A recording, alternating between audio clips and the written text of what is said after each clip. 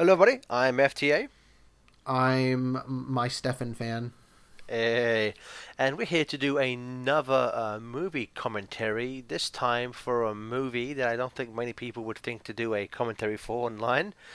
Jay and Silent Bob Strike Back, the fifth movie in Kevin Smith's Viewer's universe. Obviously, we're doing this to coincide with the sequel to this movie, Jay and Silent Bob Reboot, which will be at the time of this recording is going to have its premiere in a few weeks' time. So Stefan and I thought we'd get together just to reminisce about Jay and Silent Bob and Kevin Smith's, at least the Viewer's universe, which this movie, with the exception of Clerks 2, covers pretty much everything. So we're I gonna thought this would be a good because for the past 3 4 years it's been our deep cut reference to constantly reference, mock, do whatever about Kevin Smith. So I thought, screw it. Now's the time. Let's just let all of that. Let's let all of our Kevin Smithness out and just talk about him. Give us an excuse to talk about him for an hour and a half. And I thought Jay and Silent Bob Strike Back would be a good idea because instead of, say, Clerks, Mallrats, whatever, where we would end up doing tangents to talk about the other Kevin Smith movies, this is an excuse to talk about other Kevin Smith movies because it itself references his other this films. this movie is literally Kevin Smith tangent to the movie, so it's perfect for us to go over. So we're gonna do a little countdown, so you can watch it in time with us. If you want to get your copy of the DVD or the Blu-ray at the time of this recording, it is on Netflix in the US. That's what I'm going to be using. I think Stefan has a digital copy. Yeah. So when I say Schnugens, everyone press play. Three, two, one. Schnugens.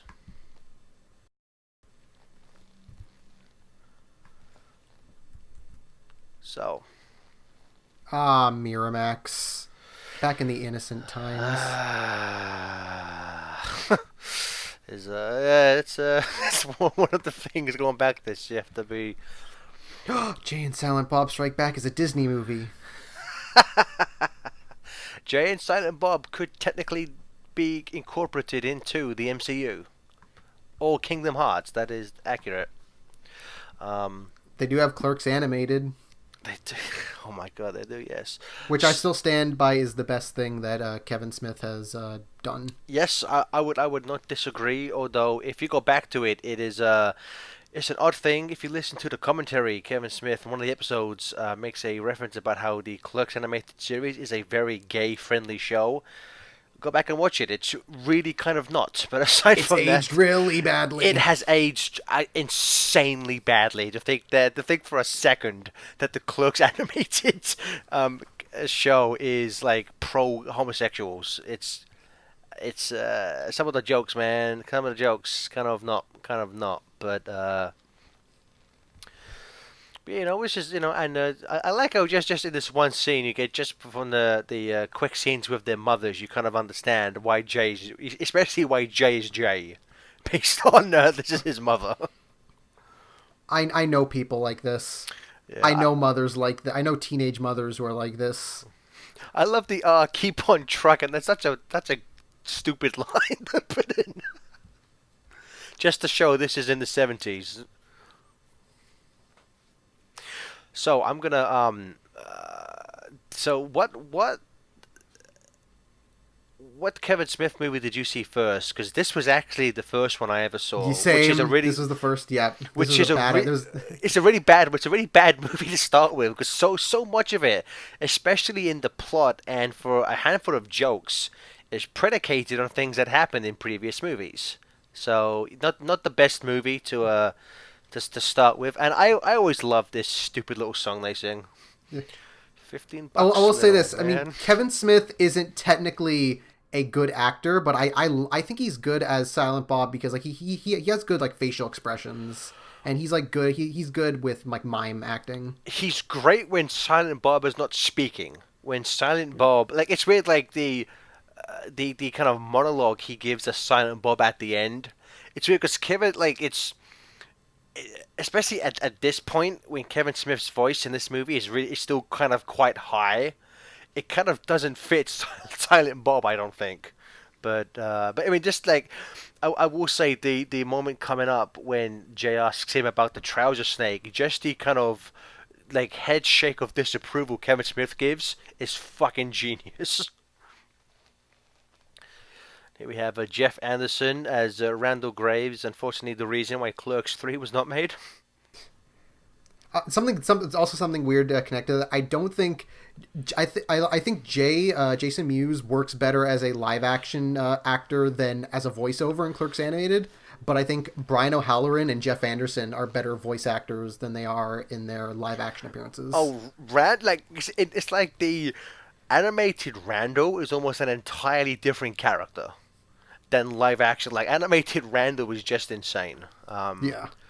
And speaking of the Clerks anime series, there's two series of cut jokes in this movie where Randall will repeatedly say, if you were this funny, ABC wouldn't have cancelled us, and Dante just doesn't understand what that means. But maybe I love when he's like, "I'm the bitch." Of course you were. Yeah, like if we were gay, that's the way I'd see it.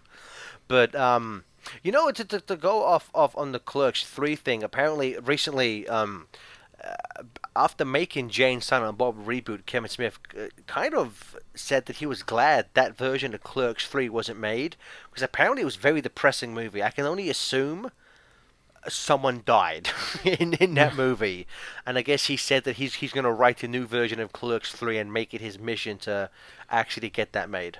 This is Rick Derris, who was originally up for the role of I want to say he was originally up for the role of Randall, but by all accounts, just not that good of an actor, which is why they brought in Jeff Anderson. Oh yeah, hey look, it's Mallrats Jason Lee. It's Mallrats Jason Lee. It is weird how like it's with things like bringing back characters and like old reboots. You don't want to fall into the trap of the character wearing the same clothes as what we're used to them wearing. But for some reason, it works for Brody. Just the fact that he's still in that crappy like coat and that stupid T-shirt. Also, I think because the Jason Lee plays two people and they're pretty much identical to each other in this movie. No. I would disagree because Banky has a full beard. True. I forgot about Ben honestly. Ben Affleck is the one where, because in Chasing Amy, Holden had facial hair, but in this one they don't. So really, I was kind of confused when Ben Affleck appeared back at the end of the movie. I'm like, why is Ben Affleck here twice for? Well, I got that because it's like, oh yeah, Ben Affleck is playing Ben Affleck at that part, and he's playing a different character at the beginning. While in this, I wasn't paying attention, so I thought that Jason Lee at the end of the movie was Jason Lee at the beginning, and I'm like, what? Why is he here again? Until then, I watched. It doesn't make any sense. And then I watch, Mallrats, Chasing Amy, different people. Well, it's like it doesn't make sense because Jason Lee tells him, Brody here tells Jay and Silent Bob to go find Banky, which is Jason Lee's Chasing Amy character. So it's like Jason Lee tells him to go find Jason Lee.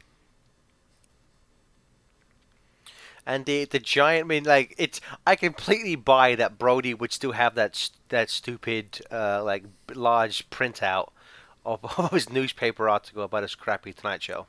It is. I like considering he's the best part of Mallrats, so it's like I like the that only in good that part of Mallrats. Yeah. This is my controversial opinion. I think this movie is one of Ben Affleck's best like things. He only has 2 scenes, but they're like 2 of his best scenes in all of his filmography. Technically, he's in 3. He's a cutaway in another scene. Oh right, yeah, but I mean 2 full scenes. Yeah, the scene where Ben Affleck plays himself is one of the funniest fucking things ever put on cinema. And the entirety of Good Will Hunting 2, and Hunting then but this scene, like it has the Ben Affleck was the bomb in Phantoms. It has his fictional characters hand movements. Characters. It has him talking about the internet. Like the internet's a place where losers go online to complain about things that haven't been released. It's like just that whole monologue and stuff. He's really funny. I will say there is a part of that though in this where that the internet is where people go to complain. I think a lot of that is just that's Kevin Smith trying to throw shade at his critics completely in that because up until this point, Kevin Smith, generally speaking, fairly respectable filmmaker. Like everyone loved Clerks, not a lot of people love Mallrats. Generally speaking, people like Chase and Amy. I think again with Dogma, generally speaking, people liked him. So at this point, I think it's after Jay and Silent Bob is when critically he loses a lot of people because I think it was around Jersey Girl was, I think, his first major flop, essentially, critical and commercial. Well, commercial was no obviously Mallrat. Mallrats. No, but yeah, I mean like both. I would say because Mallrats was like it No, gained a dude, cult Mallrats following. it gave the cult following, but critically, like at the Yeah, time yeah. of release, Mallrats was destroyed by a lot of I mean, in the people. sense that yeah, that gained its cult following like eventually over the course of like a few months or a year or so. But Jersey Girl, even still, like now, it's like it's not really. Although Jersey Girl is kind of a weird case because that was heavily mucked up in editing, so we don't know exactly how much that would have helped. I don't think it would have helped too much, but He did used to talk about releasing a like director's cut of Jersey Girl, but obviously it never happened, and I think at this point it won't. I But would be interested to see that. I remember he posted a thing like a long time ago. It was like an extended scene of like Affleck in a karaoke bar. And he's like, "Oh yeah, I'm editing Jersey Girl extended." And yeah, there hasn't been anything since. I mean, it might be a rights issue because like it didn't make that much money, so I'm sure Miramax are just like, yeah, no. Yeah. So in terms of him as a like, where do you stand on Kevin Smith? I like him as a like I think as an entertainer and as a person I really I love his talks and stuff. I think he's a really he's a really cool and he's a really nice guy. Uh, Writing wise, I think for the most part, I think he's really funny at comedic and writing dialogue and such like that. As a filmmaker, which he'll even admit, he's not really like that well. I mean, he's competent. I don't think he's terrible. I think he's competent enough, but I think he's able to. He makes his movies well enough to let his writing kind of drive it force. Like there are his film like every so often whether his writing will be pretty bad, but I think for the most part he's written more good movies and written more funny movies, I think. For me, it's like I think something was lost when Scott Mosier stopped producing his movies. Um, I will agree with that. there is, I mean, like I forget what was the last one I Scott did. think Was that Zack and Miri well, I think that was the last one he one? produced.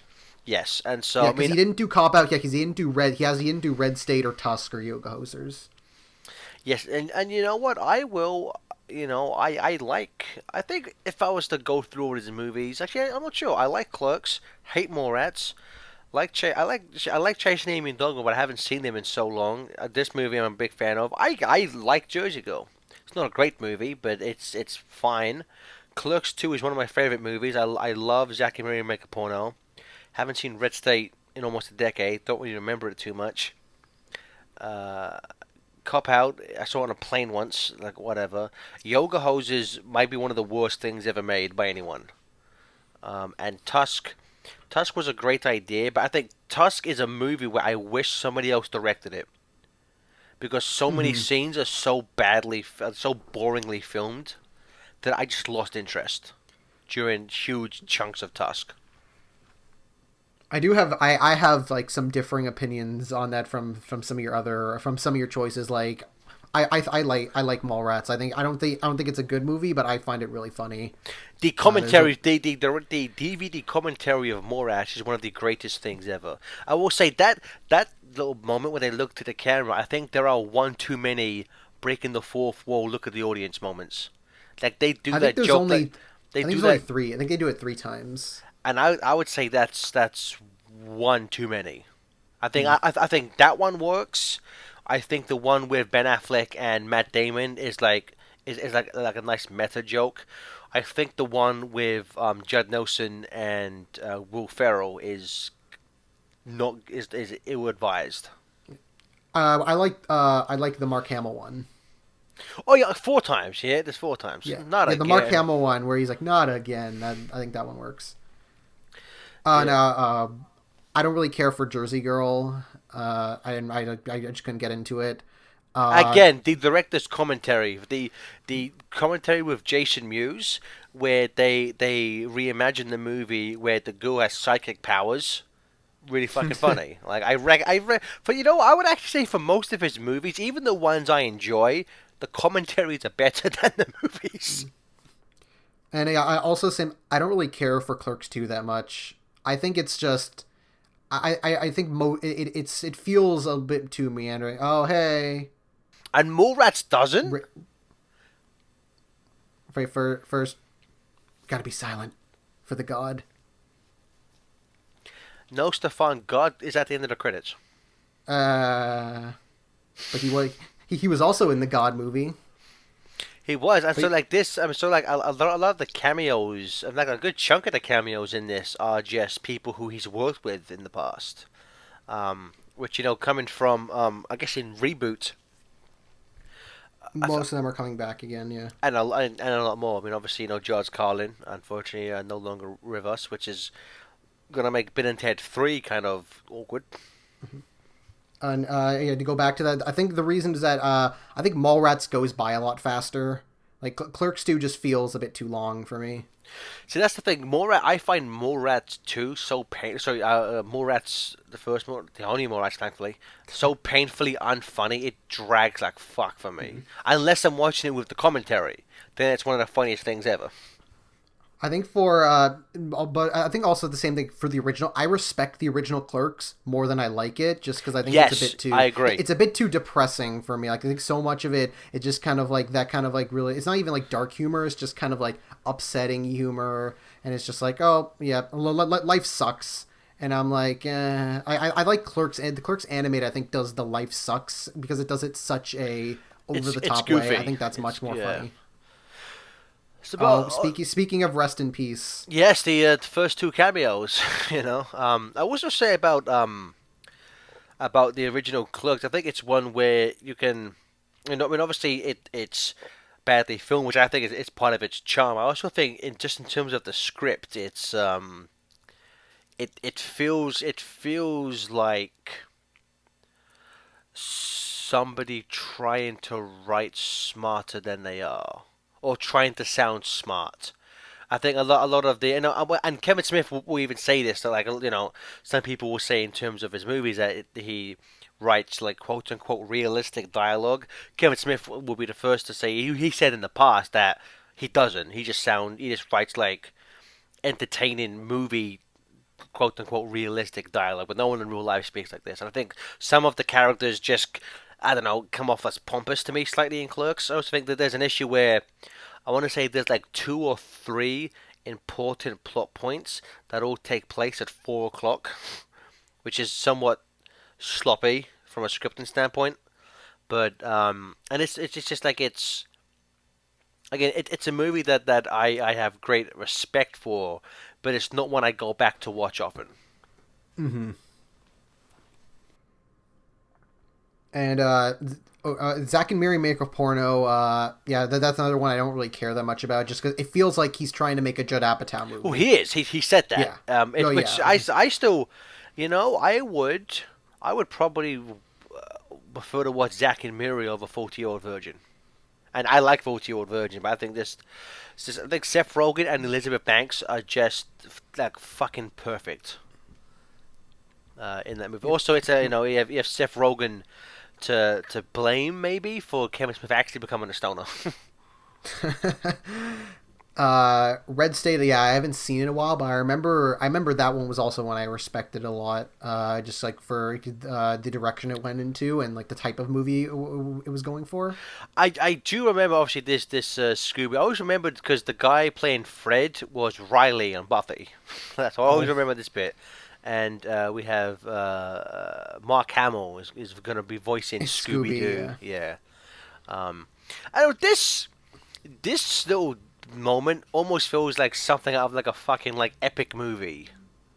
Like it's almost too much of like like a reference. Yeah. of like a skit of like a bad SNL skit, you know, which I would have maybe not done this in the thing, you know. It's I don't think this type of joke I think meshes with the rest of the movie because you don't have really a moment that references a different like IP the way this does.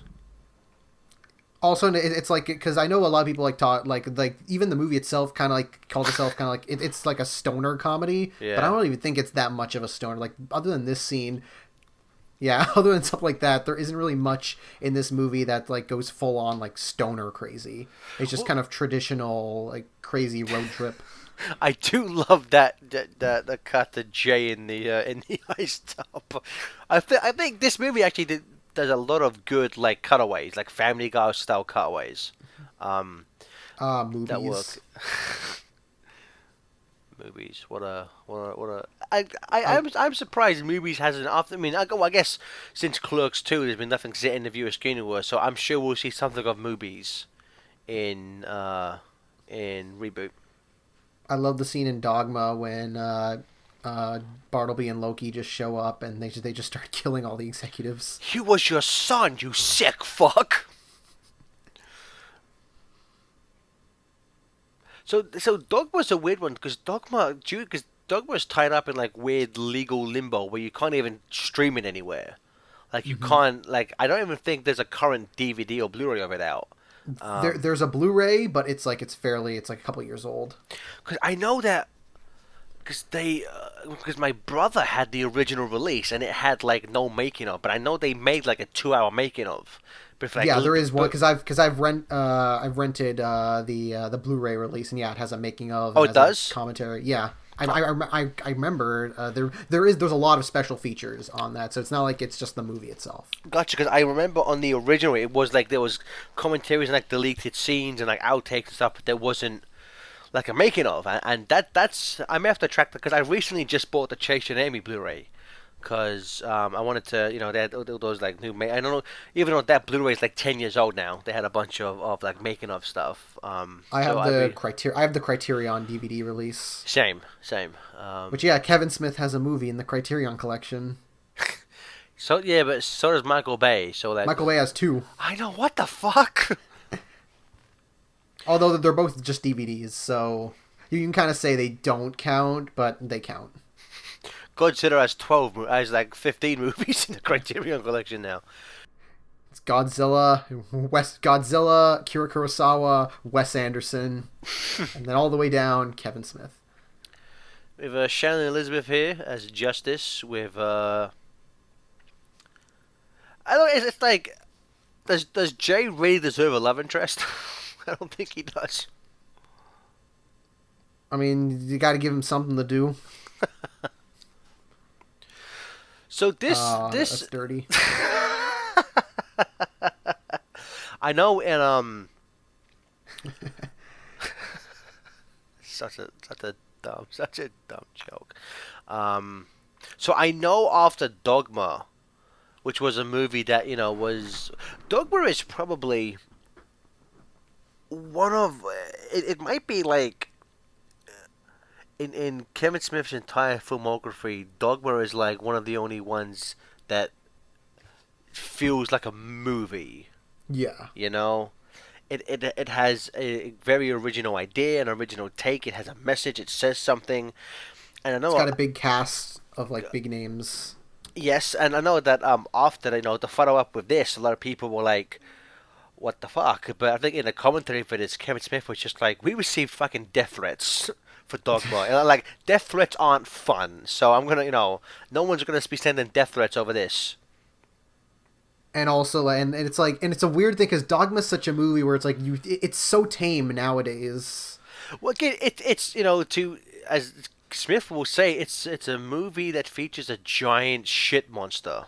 Like no movie that features a shit monster should make you question your beliefs. It's clearly goofy. And it's also, and it's in the film itself. It's like it's a very pro Christian, like pro Catholic point of view. It's like it does some things where it's like it makes some jokes about like, oh, God's a woman, Jesus is black, all this kind of things, but it's like it's very like it's not anti-religious at all. Exactly, which is why I don't understand. Like, I really don't understand what the issue was. Like, it's not. Although it was It's very clearly people, it was people who hadn't seen the movie. Like hadn't that's seen where the the movie. issue came from. Yeah, it was like people pick. Like I love that story where it was people picketing in front of the theater, And then Smith Smith went. was one of the people. And he's interviewed as like random. Why do you think this movie should be it's banned? Because it's bad. Don't air it. Here we got Eliza Dushku. Elijah Dushku, I fucking love Elijah Dushku. She's one of my favorite Yeah, she's actresses. great. We've got Ali Lata, and of course Jennifer Schwarbuck, Kevin Smith's wife. Should also say that the baby playing young Silent Bob, Hardy Quinn Smith, Kevin Smith's Ah. daughter. Who would then later go on to star in Yoga Hosers. And from the trailer that's been released, she went from playing young Silent Bob to playing Jay's daughter in reboot.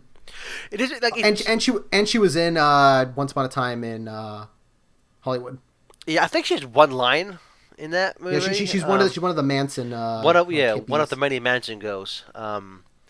It's you brought up Judd Apatow, and I know Kevin Smith's always done this, and it's not inherently a problem, but it's like Kevin Smith has become the new actor, the new director, who just keep putting his children in movies. Which I mean, like I think it worked in like I can get the point in. I don't think it worked like, but I think that her and Johnny Depp's daughter, I think they work in that movie, but I think just kind of the idea of them together, I didn't think was a problem. And I'll have to see how she is in reboot because I know it seems like from the trailer that she's a pretty big part. So Yeah, and I mean, like nothing against. I mean, I really disliked Yoga Hoses, but I thought they were fine. I thought of the two of them, I did think Johnny. I think was it Rose Depp, Lily, I think it's Lily Rose. Yeah, Lily Rose. I think she was the better actor of the two of them, but she was fine. Yeah. She wasn't. She's perfectly fine actress. It was the material. They were told to do those bad Canadian accents. So, I mean, like so I'm not even a Canadian, and I felt offended for you, Stefan, with how it's how goofy that is.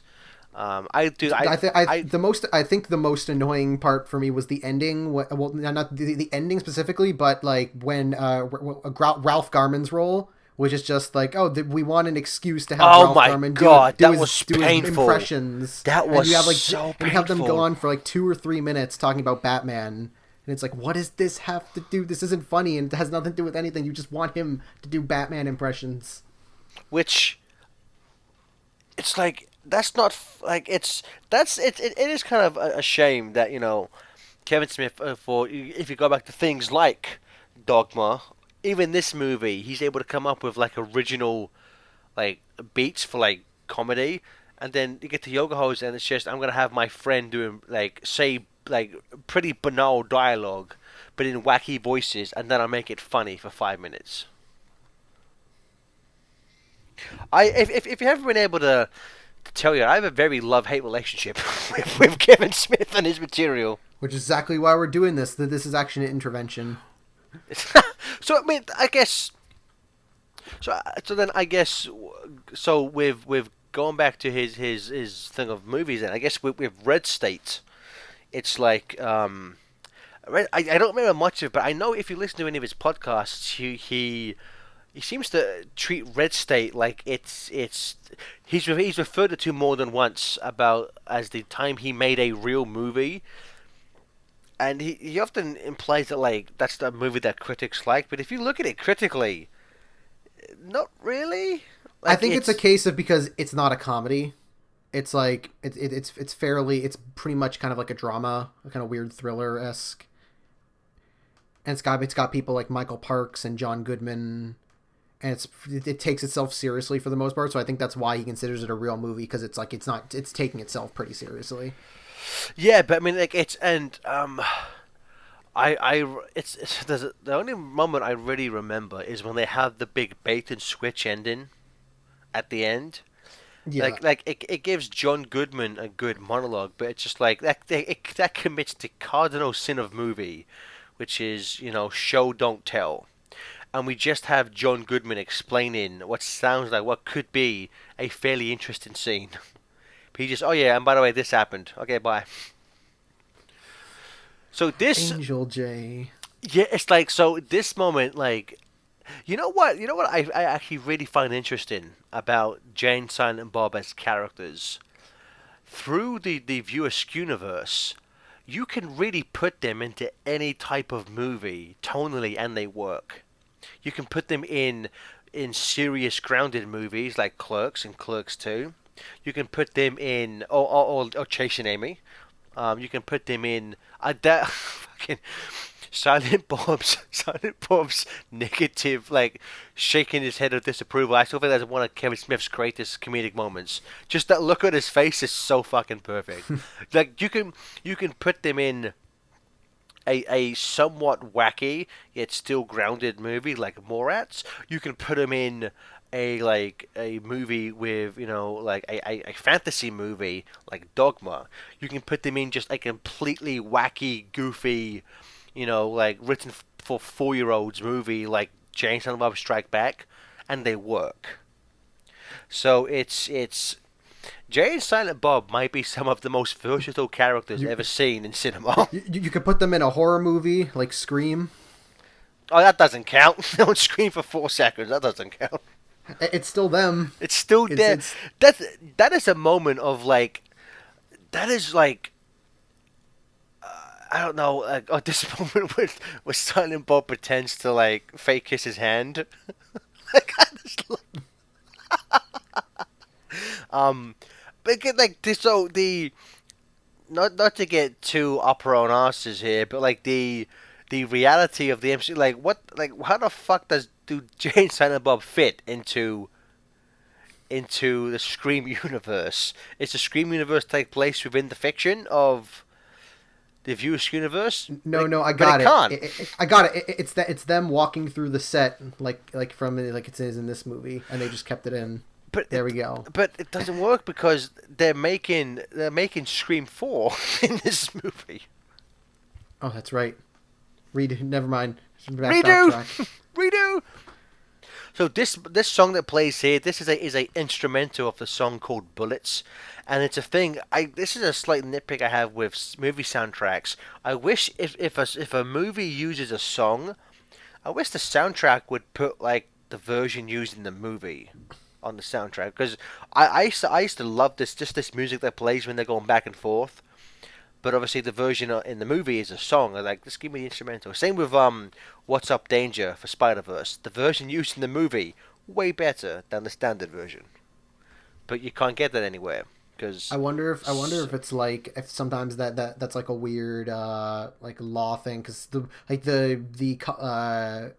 deals whenever when they release soundtracks are different from like the actual like movie and like the ones that the files that they produce. So I think it's like a weird case of, oh, they approved these to go on the soundtrack but not this for whatever reason. So it just ends up like stuck in the movie and yeah. not like be able to be sold. Hmm.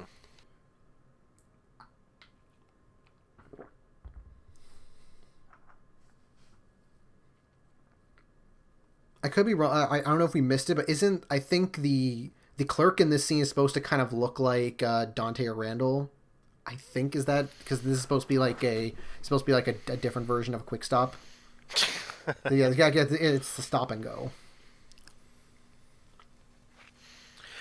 I mean, so in terms of like the story, it's the international jewel thieves. It's, I mean, even later on in the movie will point out how dopey it is. I do think it's probably the weakest aspects because they kind of don't. just fucking- Monkey.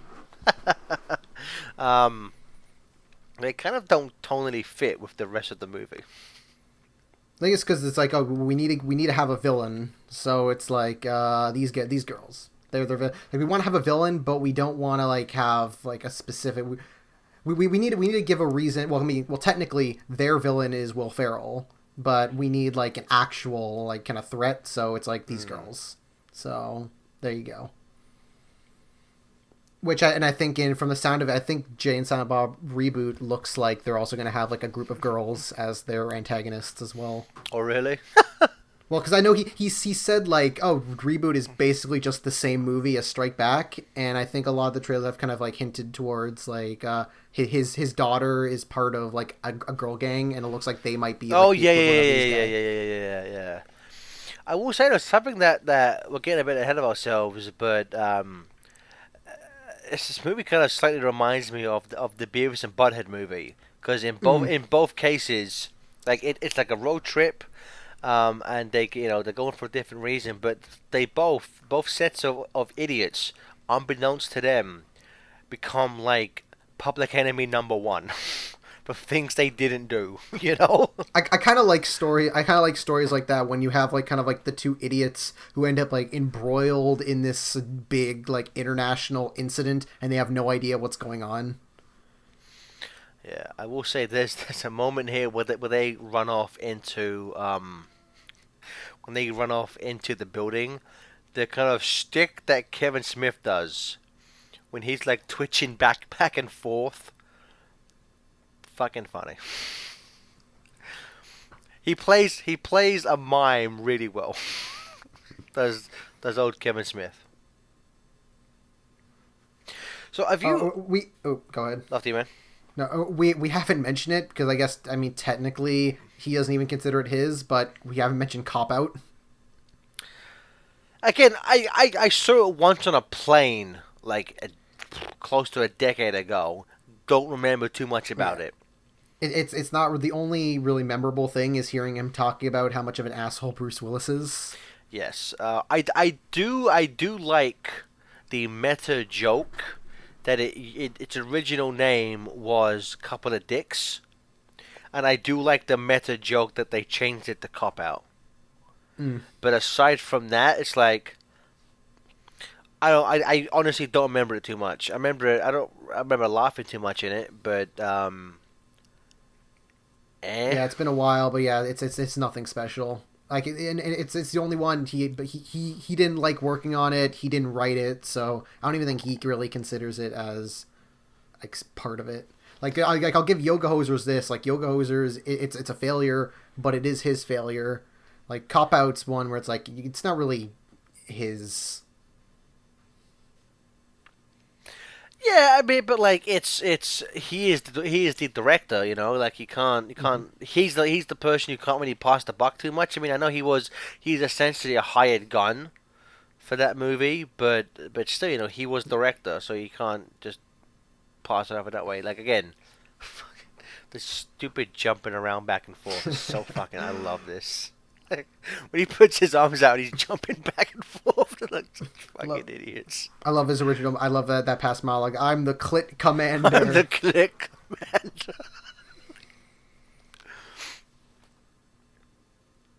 And this is, Ah, it's the thing from Mallrats. yep, she fly was it fly fat ass fly.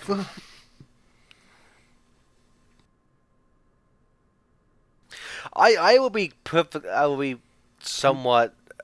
I don't have the highest hopes for reboot. Yeah, I'm like I hope for it just because it's like it looks like I mean it was also you have to remember like this is also a film where the other ones were kind of, like this is the film that he made right after his like fatal heart attack, and this was something where he was like he immediately jumped onto it because it's like I want to get this movie made before I die. So this is one that he had like a renewed vigor into it, and also the fact that he got like majority of the people back, and like that he's like really playing into the. I mean, a lot of it looks like it's really playing into nostalgia, but it's a sense of like I like that nostalgia. So I think it'll be probably on the same page as this. It'll be fun to watch if you're a fan, but it might not have much else to it. Yeah, you know, I'll be honest with you. The I want to go see it really just for the Chasing Amy like mini sequel they have in it, and because they've Matt Damon is playing Loki. Yeah, That's what I'm like. Like so, like it's what how the fuck Loki's in there, and to follow up the Chasing Amy just because Ben Affleck is back in a fucking Kevin Smith movie again. So those are the two things I'm really looking most because I nothing in the trailer made me laugh. Hmm. And when it seems to end with them at a Comic Con and Kevin Smith is in a Iron Man type, like Silent Bob is in like an Iron Man type suit, I was just like, okay. Yeah, it's clear that the Comic Con is their equivalent of the Miramax scene in this. Like they're gonna run into a whole bunch because they revealed like a whole bunch. Like Chris Hemsworth is gonna show up in it. Robert Kirkman. Like they, I forget her name, but I forget it. But Supergirl is playing the movie version of Chronic. yeah, Supergirl and Val Val Kilmer, Kilmer. Val Kilmer's fucking. I do like, I do like that they're doing like what Bluntman versus Chronic.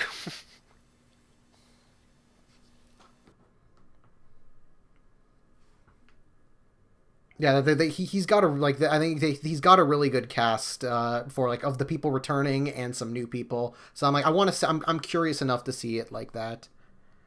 I like that he's been putting Justin Long in stuff. Like I like them in Tusk. He was like one of the few funny things about Yoga Hosers, and he's in Reboot. Yeah, I would agree with that. I think his running gag in Yoga Hosers was the only thing that consistently made me laugh. His role in Zack and Miri, I think that's fucking amazing. Like that character he plays. I'm sorry, I can't just lie and say I don't love it when you shove your cock in my mouth. Like, he is so fucking good, and Zack and Miri Make a Porno is amazing. The scene we're up to now is, I think, in the commentary for this movie, Kevin Smith refers to this scene as the most expensive fart joke ever put on cinema.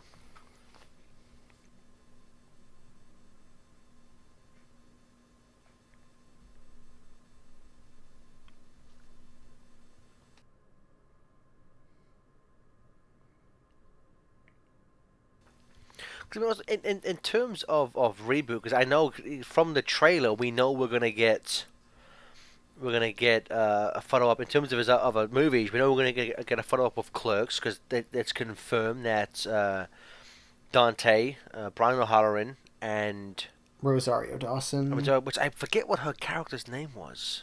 Yeah, I forget too. But yeah, she's the movies exec, and yeah, because they get together at the end of Clerks 2. Yep. So Morats. I think they confirmed Jason Lee is playing Brody again. Yeah, he's playing Brody. Yeah, because there's like a thing where he's wearing a Stan Lee shirt. Is he playing Banky again, or is he just doing Brody? I think they said just Brody. I don't think they've mentioned Banky. Gotcha. Yeah, Affleck's playing Holden again. Yeah, for August we got Holden and Joey Lauren Adams is playing Alyssa again, so they have an actual Chase and Amy reunion. For Shannon Elizabeth is playing, obviously. She's playing the mother. Oh yeah. We got from this for Dogma we got like I said, Matt Damon is back for Loki. Shannon Elizabeth is back as Justice, and in terms of so like all of his movies are gonna get follow ups. That's the thing that I'm most looking forward to. It's kind of the follow ups on where these characters are. I don't think we're gonna get a Randall in reboot. I think it's just gonna be Dante. Yeah, they've said they've said that Jeff Anderson isn't in the movie. I kind of wish that they weren't going to, but I kind of wish we could have had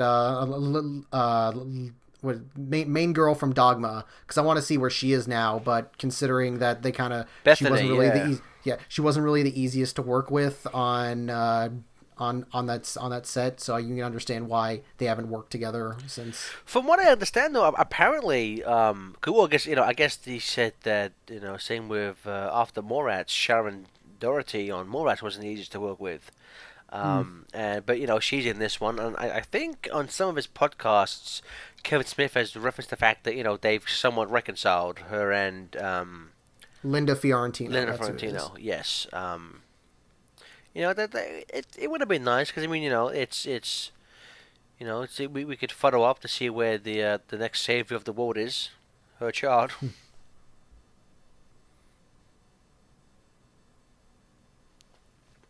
you ever think about what would have happened to Kevin Smith's career if he would if he didn't go full indie. I don't know. Or I guess after that, then say if Zack and Miri had been the big $100 million movie they were hoping for, or if Cop Out had been successful enough that he was offered more just directing gigs. Do you think we would have lived in a? Oh, for one, I think we would have lived in a better universe if Yoga Hosers was never made. I think just like it's. I know I know that he'll be the first to kind of make a joke about Yoga Hosers, but and like he likes that movie, and that's I'm glad that he's like happy and proud of his creation. But fuck, man, that movie is fucking but sure to sit through. Yeah. And in comes Will Ferrell. For the longest time, I just violently detested Will Ferrell and everything. I have come around to, depending on the project, liking him. This is a movie I like Will Ferrell in. I think he's very funny.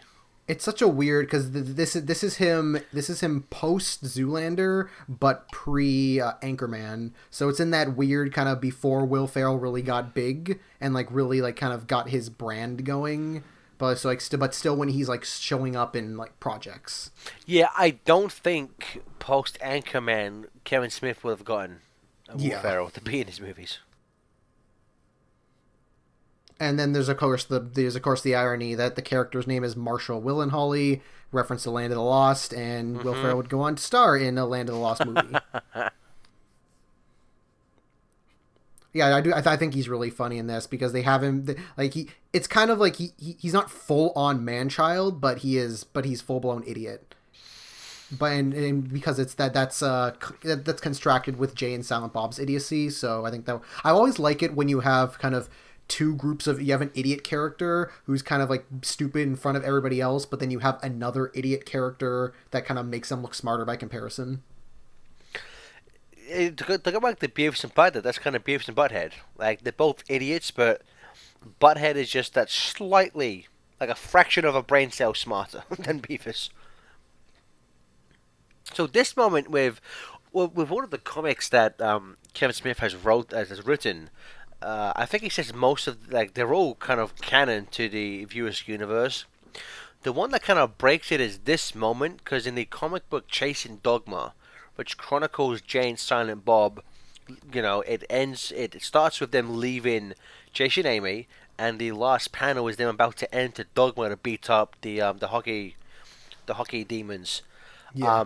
This whole subplot about them with the monkey is from that comic book. Mm-hmm. So it kind of breaks the canon of the viewer's universe. But this thing of them with a monkey is referenced at the end of Mallrats Mm-hmm. during Oh the yeah, wrap that's up right. Yeah, credits. the With monkey. like Jay and Silent Bob and Suzanne. Well, that's a story for another day. Hmm. I do love And, I do and love then Jay's of course, yeah. voiceover in this moment. When only those as smart as me are left alive. I wonder if that I'm not supposed to be here today. Ha ha. And I think was that supposed to be slightly reference to Clerks Animated because they also had the whole monkey patient zero thing in an episode, I'm not sure. Maybe. or not a reference, but just borrowing that idea again. Outbreak. He's like nobody saw Clerks Animated.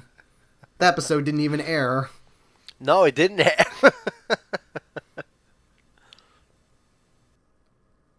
I could. What was that story that he talked about? I think he was talking about. Oh, it was that story. I think he was talking about Tim Burton, and he was mentioning like his like Clerks comic. Well, again, it's like it's in Chasing Dogma. I'm pretty sure there's that moment there. So that scene as well, the Jay's freak out, is also in that comic, and there's a panel in that. I love that after the monkey kisses Jay, the monkey like cleans its face off, but Jay doesn't. I'm sure that wasn't trained, but I just think that's great. In the comic book, there's a moment where the monkeys take the head of the Abraham Lincoln statue and put a monkey's head on it, and I guess at the end of the Tim Burton Yeah, that's right. remake, instead of the Statue of Liberty being destroyed, it's the monkey's head on that statue. And I guess Kevin Smith goes into this. I want to say in An Evening with Kevin Smith 1, where he and like a journalist friend of his, I guess, were talking about it, and as a joke, like, yeah, I'm really mad he stole my idea, blah blah blah blah. And I guess his journalist friend reached out to Tim Burton, and Tim Burton was just like, I would fucking never read anything by Kevin Smith. And Kevin was like, Jesus, man, Christ. And I think on his book he put down that quote, "I would never read anything by Anything Kevin by Smith." Kevin Tim Burton. Smith. I think it was his talking shit book, like his biography. Also, God, Jon Stewart looks so young. I know. Well, I know because I have one of his books, but it's just a collection of like essays he's written. It's not really a book. I think it might be on that. Yeah, I read his talking shit book, which is kind of like him just going through his whole career and like how he talks about like each movie and like the process behind each movie, and how I think he was like Clerks 2 was the simplest production because it was like just so smooth. I think he said Jane Silent Bob Strike Back and Clerks 2 were the smoothest productions because everything went by like really well on a production wise, and those, I think he said those are the ones he's most proud of. I love that cutaway to Ben Affleck. Hashtag this. I miss dating a lesbian. I will say, so there's something in the essays book, and it's it's a slight issue I have with Kevin Smith. Like, if you listen to his the way he speaks, it's like I don't know, it's like he tries to appear like humble and down to earth, but then he'll say things that just imply, kind of give it away that he does have kind of an ego about himself. I remember his introduction to one of his books is him basically I want to say it was maybe Roger and me. Basically, it's his introduction. It's him giving credit on behalf of Michael Moore to somebody else, and I'm like, what the fuck, Kevin Smith? Like, that's not yours to do. You can't be like, on behalf of somebody else, I give thanks to you. It's like, no. Stefan, I'm sure you would have noticed that was Joe Quesada as the pizza man. That was Joe Quesada. I didn't know that. Yep, Joe Quesada as the pizza man. He's about to go have sex with Elijah Dushku. Which, because they both work together on Daredevil, Guardian Devil. Yeah. Have you ever read it? I read that. I went through a phase of just renting a bunch of Daredevil trades, and I'm not 100% sure. I think it was really good. Is that the run where they kill Mysterio? Yep, that's the one where, spoiler alert, it's Mysterio's kind of taunting Daredevil by making him think that a baby is either the Antichrist or the Savior, and he doesn't know which. And then in the end, it's like, oh, Mysterio's fucking with him because Spider-Man's not around. Good job. And then he kills himself. Have you read his other comics? I was going to bring it up. I think Spider-Man Black Cat, The Evil Men Do, is trash. It's bad. It's so fucking bad. I have a collection of all of his Clerks, like his View Universe books. Before Clerks 2... Never read those yet. Before Clerks 2 came out, they released a trade of... He'd written some one-off stories in the Clerks universe. In fact, the deleted scene from Clerks that was animated on the Clerks X DVD is just a comic book called The Lost Scene, just animated in the Clerks animated style. He did this. They actually did an issue of Bluntman and Chronic. They did Chasing Dogma, and there was a prequel to Clerks 2 that's set between the opening where the Quickstock burns down to them actually at the store. It shows them going to fill out application forms, and Randall's going, okay, but I'm not going to work June 15th. That's Batman Begins Day. I haven't read any of those. I really want to. I like him. I think those are good. I've read some of his Green Arrow because Green Arrow is pretty cool. Haven't read his Green Hornet stuff. I've heard the Green Arrow stuff. I just want to say this is Judd Nelson. Obviously, apparently he's in this movie because in Dogma, when they talk about the works of John Hughes, they say all the characters in John Hughes movies are pansies, except for Judd Nelson. And of course, Judd Nelson voiced Hot Rod in Transformers the movie. Greatest movie ever Yep, made. that's his best role. Damn straight. And also he did two Batman books, Cacophony and The Widening Gyre. The writer in Jaya, Gyre, that's I right. know one of them implies that during year one, Batman pissed himself, Yeah, which angered a lot of people. I have not read those, and not to. It was the art for those is done by his friend Walt Flanagan, which I mean it draws far better than I ever could, but I do not like the artwork for those books. his art's fine. I like Cacophony is really because it's short. It's only 3 issues. It has his character, his villain that he created in Green Arrow, Onomatopoeia, which is like he's a really cool, interesting villain who just speaks in nothing but onomatopoeias, like bang, scratch, shoot. And then it kind of goes into a Joker story and like dissecting the relationship between Batman and the Joker and like why the Joker does this stuff and why Batman kind of keeps him around. It actually gets really, and the widening gyre, it does a lot of stuff that that Tom King has been doing in his Batman book currently about dealing with like, oh, can Batman be happy? Can he be in a relationship with somebody? Like, can he train another person to take up the mantle? And it's a lot, and it has a ballers like ending, which makes me like really disappointed that we still haven't gotten the sequel, because it's like it ends on a huge cliffhanger.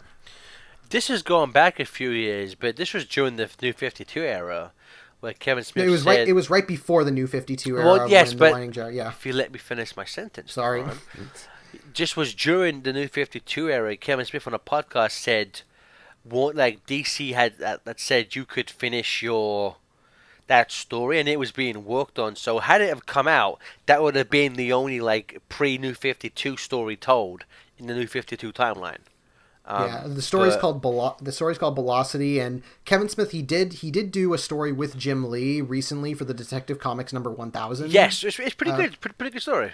Yeah, where he gets it's how he gets his like yellow circle. I think that's pretty cool. And he did mention after that came out, he's like, "Oh, I'm all ready to do Velocity again. Jim Lee, do you want to draw the covers?" And Jim Lee's like, "Yeah, sure." So now I'm like, "Do it now." I think Comic Book Men is finished. So Yeah, Walt Flanagan isn't Comic doing Man it. was cancelled. I have tried several times to watch Comic Book Man, and I have only been able to make it about 90 seconds into the first episode.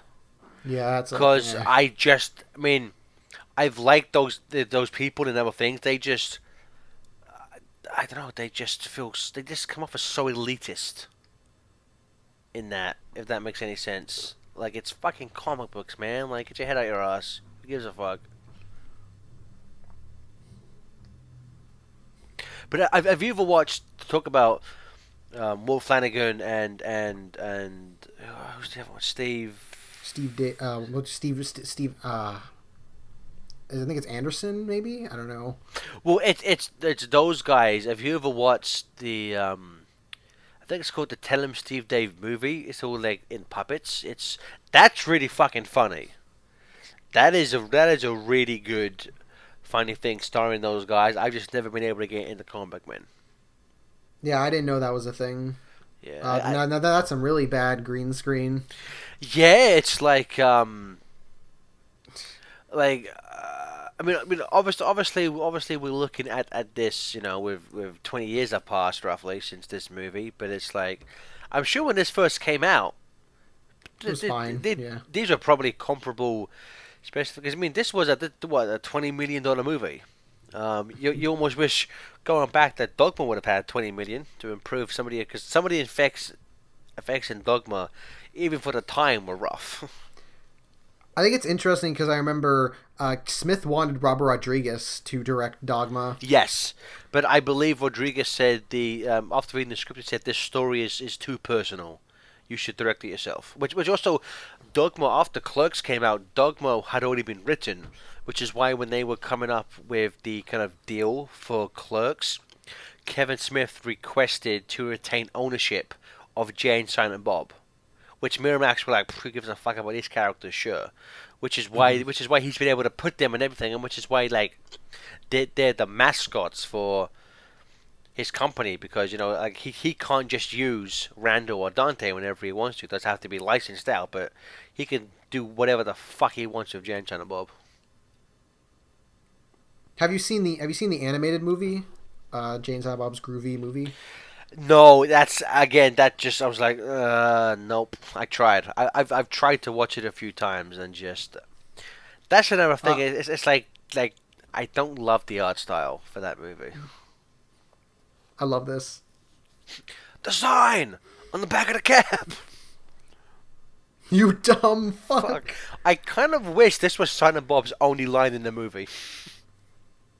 Yeah, because he's supposed to be. He's only has one line, but then he has that second one where it's just kind of him. He's negotiating the.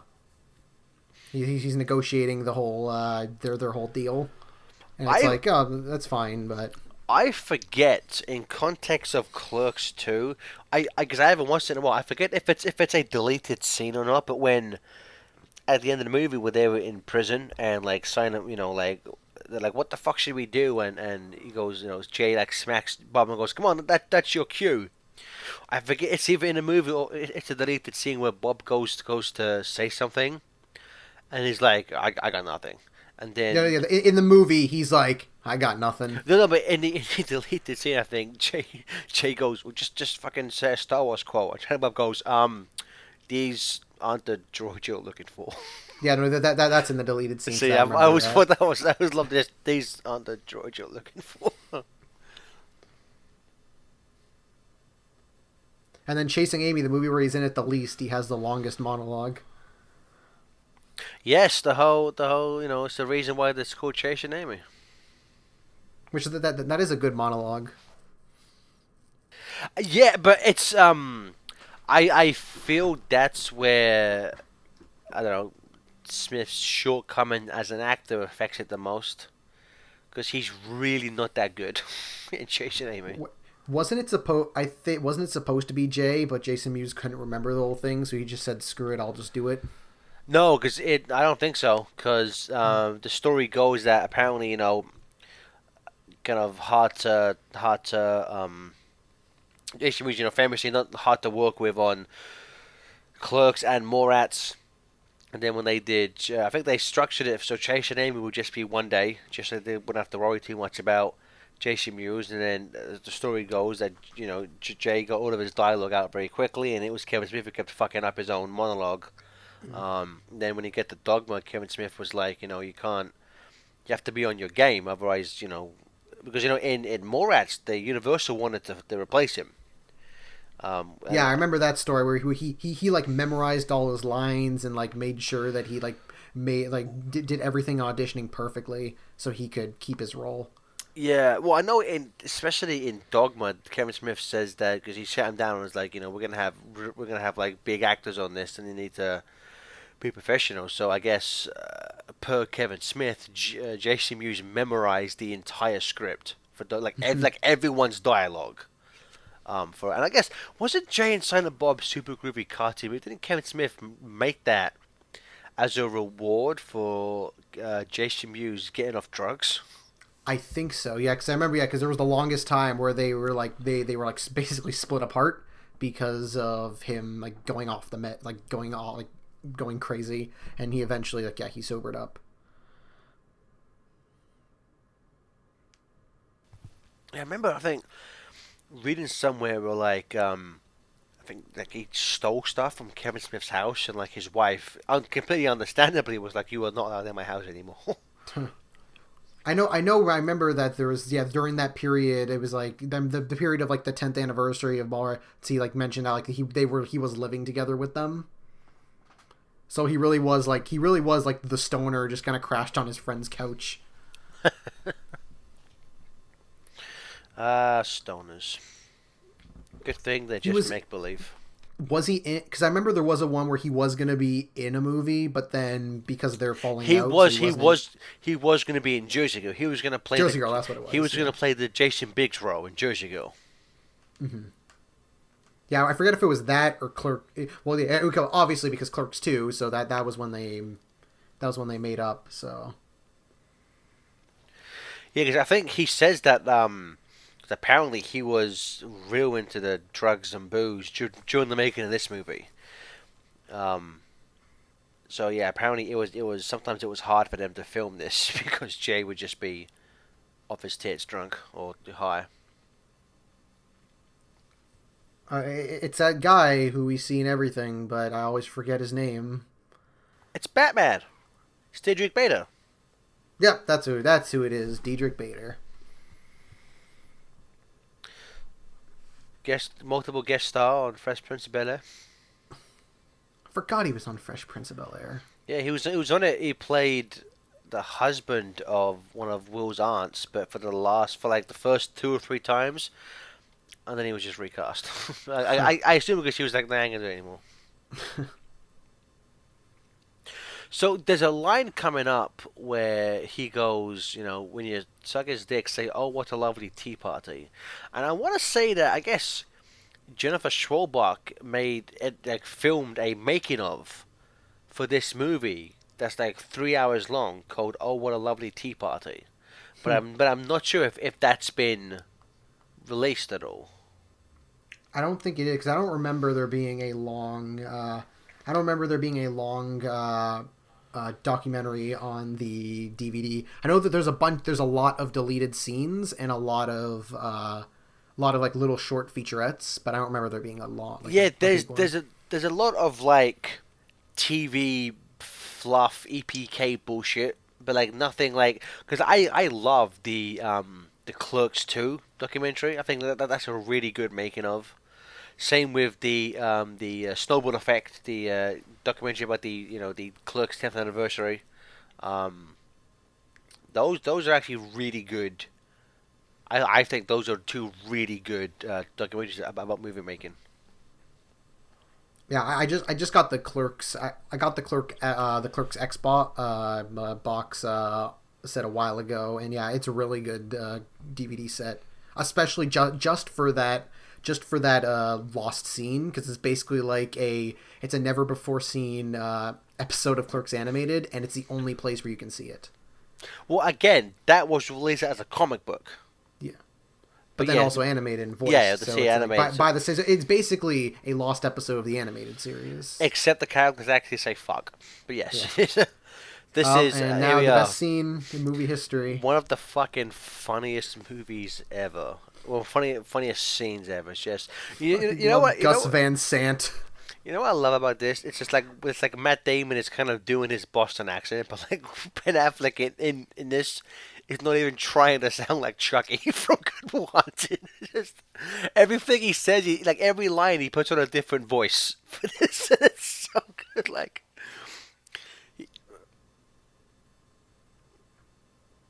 I love that Gus Van Sant is he's just game for being like, oh, people joke that I'm not actually the director of this movie, so I'm just gonna be counting money this whole time.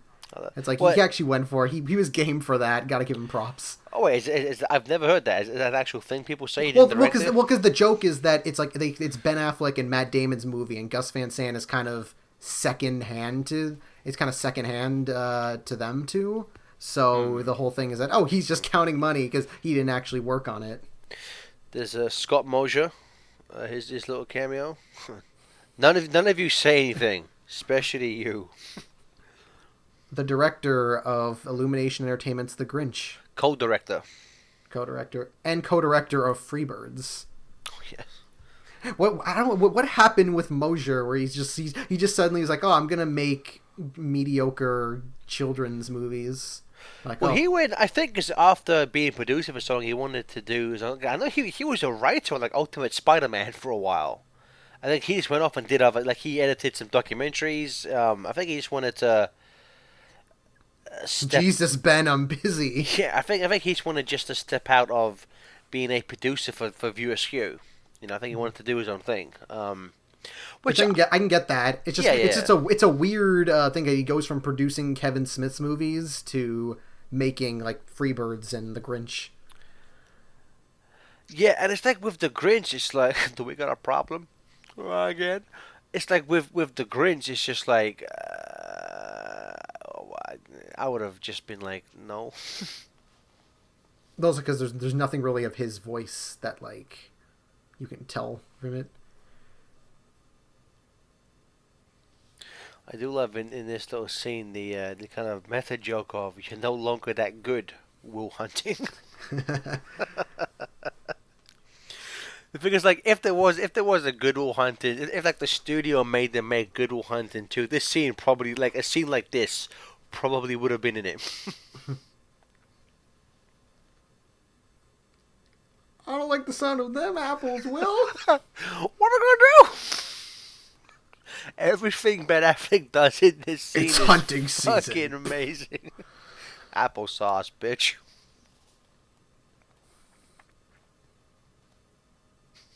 Like the fucking face Affleck makes before he shoots the gun. Ah, so good, so good. Because I wasn't with the hooker today. Ha ha! The bombing phantoms, yo. See, now we're just quoting the movie, which is the worst. This is a fucking. This is just turned into a Schwarzenegger commentary. But it's a classic. I love that they just put the very tiny garbage, and of course it doesn't work. Also, It's a little things like that. I also love their nod to each other, like, yeah, this'll work. More cameo. So it's like I also I hope I hope this is the type of stuff I like about this, the jumping from movie sets. I don't think we'll get that in reboot just because of the story, but I would have preferred, more things like that versus like from what it appears to be going around Comic Con type of thing. I also love the joke Rest in of peace again. yeah. I also love the fucking Miramax line. Scream 4 would have been better if it was a monkey.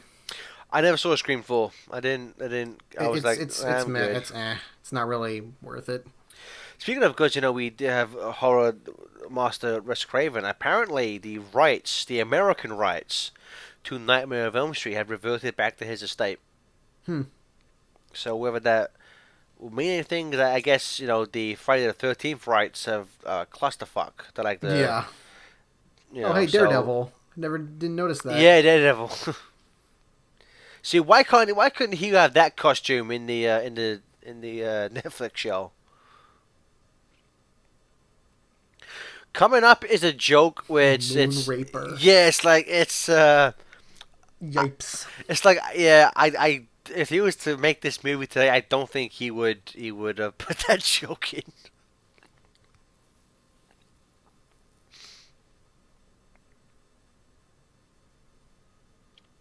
What are physics in terms of that bike flying?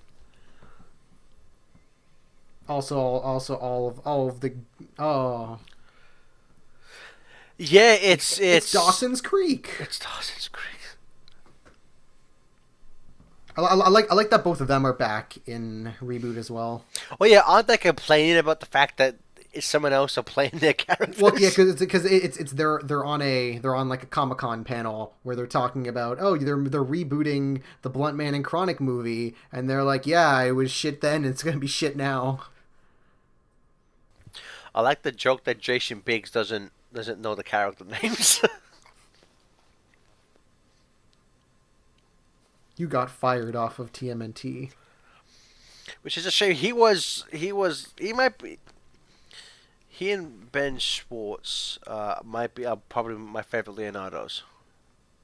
Yeah, because it's Cam Clark and forget O3's. Michael Stifley, the main guy who, the dub of Summer Wars. I remember watching that. I was watching that with Chris, Mykonos fan. We were watching Summer Wars online together, and I'm like, wait a minute, that's fucking Leonardo as the main character. So there's a moment Kevin Smith used to do these things in the credits where he would do like special thanks to he'd put someone's name like Jen, like thank you for always being with me, blah blah blah blah. In Jersey Girl, he did one, and he put Jason Biggs. And he was like special thanks to Jason. You've now like outlived the pie. And again, it's like that's not for you to say. And I think even in the commentary, Scott Moses like that's not ready for you to say, is it? Really, that's not really your thing to say. I think sometimes you just listen to. I don't know. Sometimes just you get the impression that he maybe has a higher stock of where he stands in Hollywood. Maybe I don't know. I mean, I get like not many people could do a packed Hall H at Comic Con every year. So he clearly clearly is one of the most devoted fan bases for like these type of directors. But whenever I listen to Fatman on Batman, and he talks about like how many like Stefan, did you ever listen to Fatman on Batman? I haven't. I don't listen to a lot. I've listened to a couple of his podcasts, but I really meaning to want to like go back and go through the archives. There are so many times where like he'll like a movie is announced and he'll be like, "Oh man, that movie's gonna make like $1 billion," and it just fucking tanks. Like Kevin Smith I does know it. he's very aesthetic. He's very ecstatic about pretty much everything. Which that's funny because it's weird because around this era, Kevin Smith was very candid about shitting on things. Like that was like he would talk shit about a bunch of things. And Which honestly, like, I'll take happy, optimistic, positive Kevin Smith over angry, cynical, hates everything Kevin Smith. well, no, I think the reason for the change I think is more cynical because again at this point, critics pretty like normally on his side.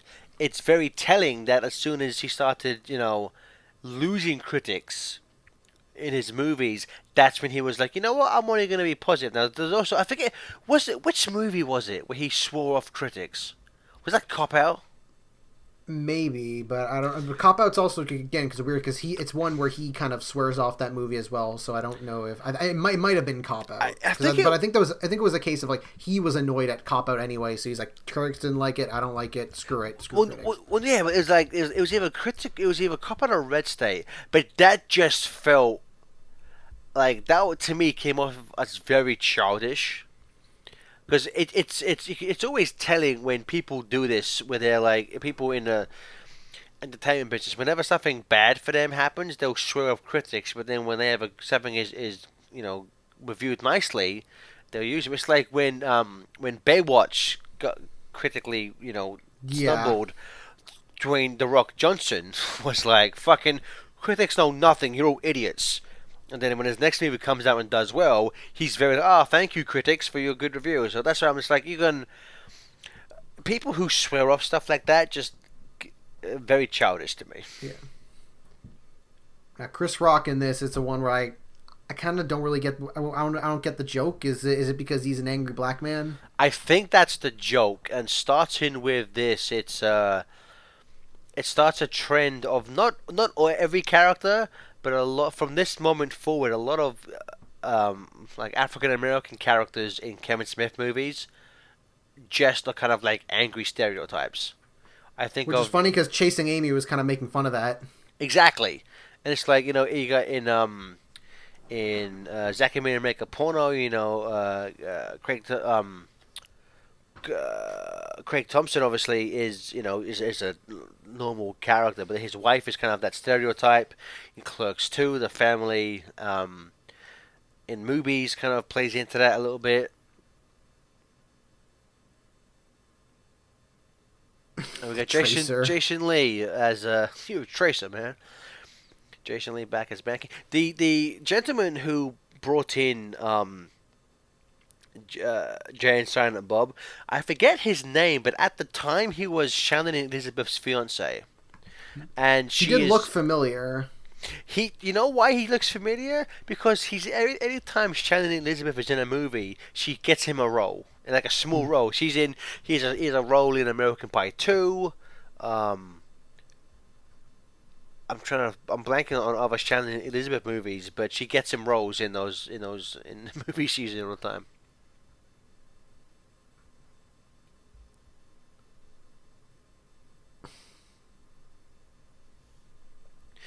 I know it's part of the joke, but I do love just how shitty those costumes look.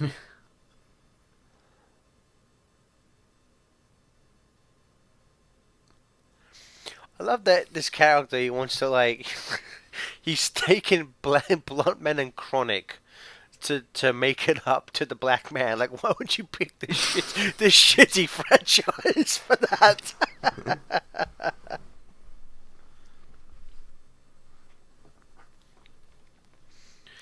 And we got another. Earlier, we had Joe Quesada, a Marvel rep, and we're about to come in a second. We're about to have a cameo by Paul Dini, creator of Harley Quinn. Paul Dini's hands. No, Paul Dini's in the movie. Oh, He gets a line. He gets to say, "You guys look pretty badass."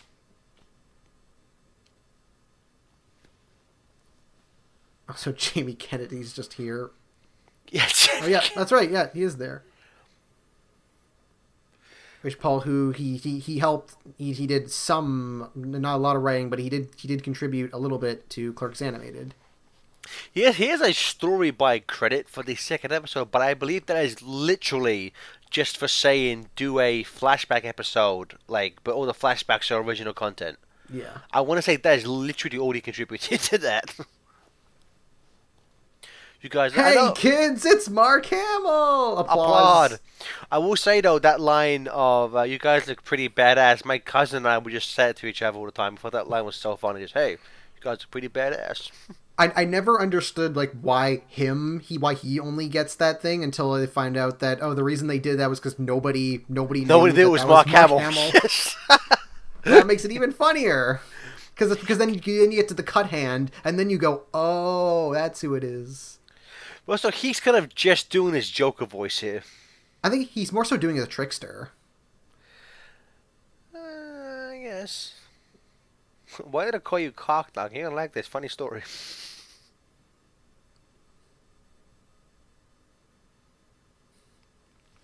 Not anymore, he ain't. Now, on the commentary, he likes to say, Kevin Smith likes to say that he thinks this fight is better than the one in the New Hope, and I'm gonna say no. I mean, that's not really hard to do, considering that's just two old men swinging sticks. To each But other. even then, I still think a New Hope as a better lightsaber battle than this. And this was a year after Attack of the Clones. No, this was This was 2003, right? Or was it?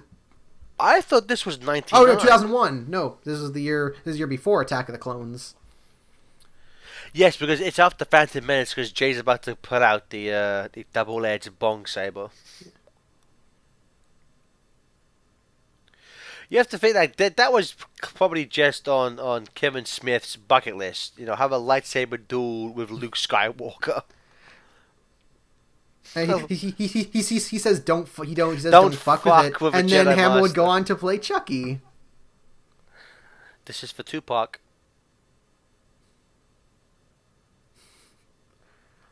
I love Hamill's just like his kind of regular voice. Whenever he just kind of talks like that, like, oh come on, man. I love that. Good lord, when he comes out with the double-edged one. So He's just confused.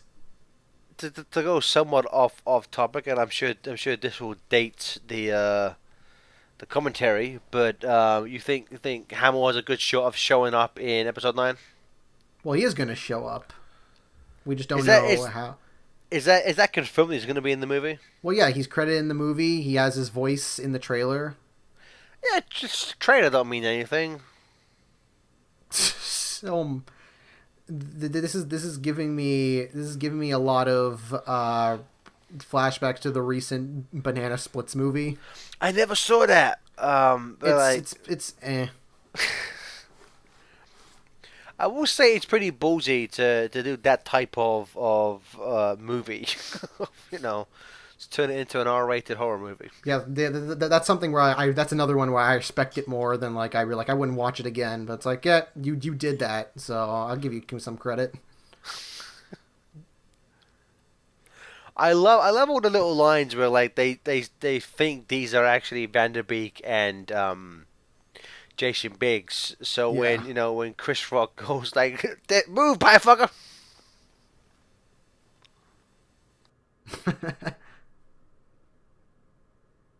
Whoops.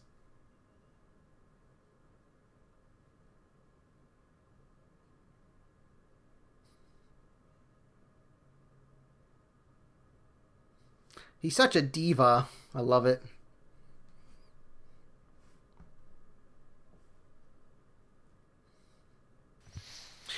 Where do you think? I mean, I know he has said he plans to after reboot is done, with its tour. He plans to work on a Clerks 3 and the animated thing finally.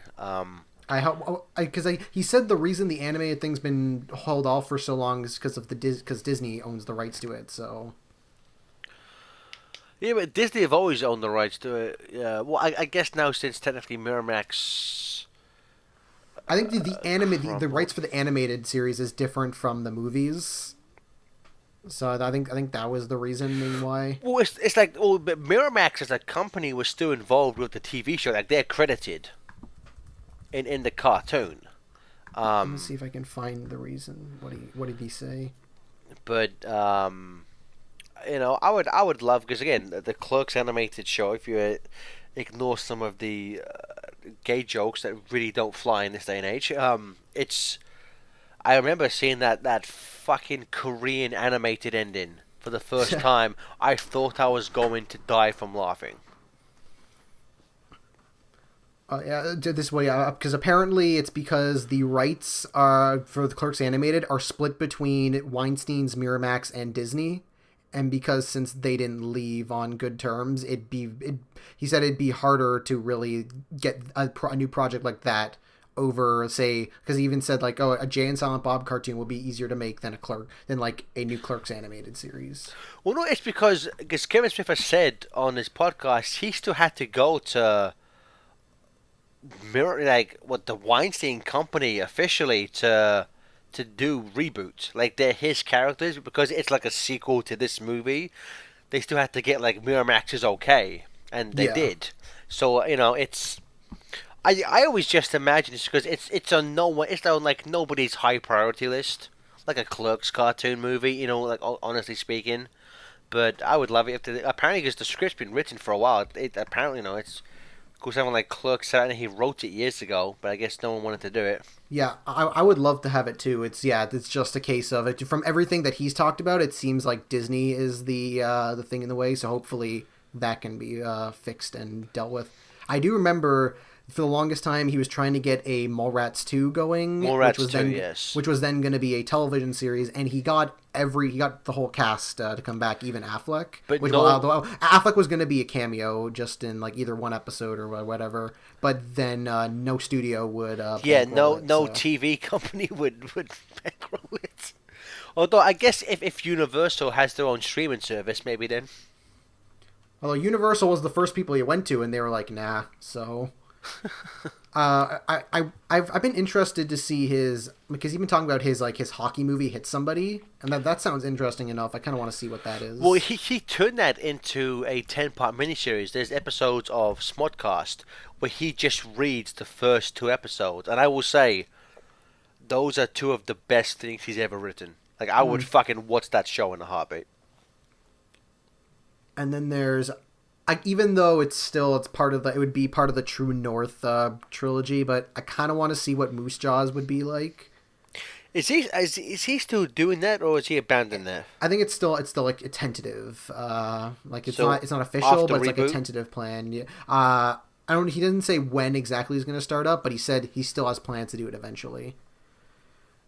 I don't know if it because he still hasn't said what exactly Moose Jaws is, but I kind of hope it's it's literally just. Jaws with a moose. No, he said Yeah, that it's just Jaws with a moose. but I hope it's like the actual script for Jaws. Only it's like only it takes place in the Canadian wilderness, and they're fighting a giant moose, and you have your own version. You have your own Roy Scheider thing. Like you have like your own like those three characters are like basically just playing like those three characters. Only yeah, they're in the woods and fighting a moose. Because I think would be like because we need like a parody movie like that again because it's been so long since like a real parody movie, and I think that's the perfect way to do it.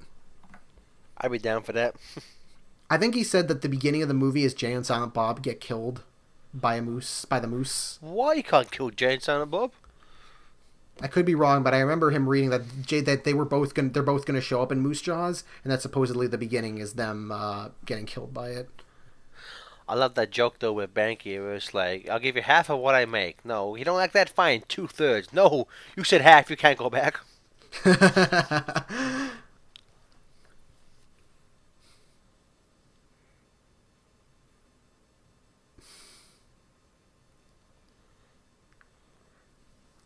Always add a monkey. A monkey makes everything better. Always at a monkey.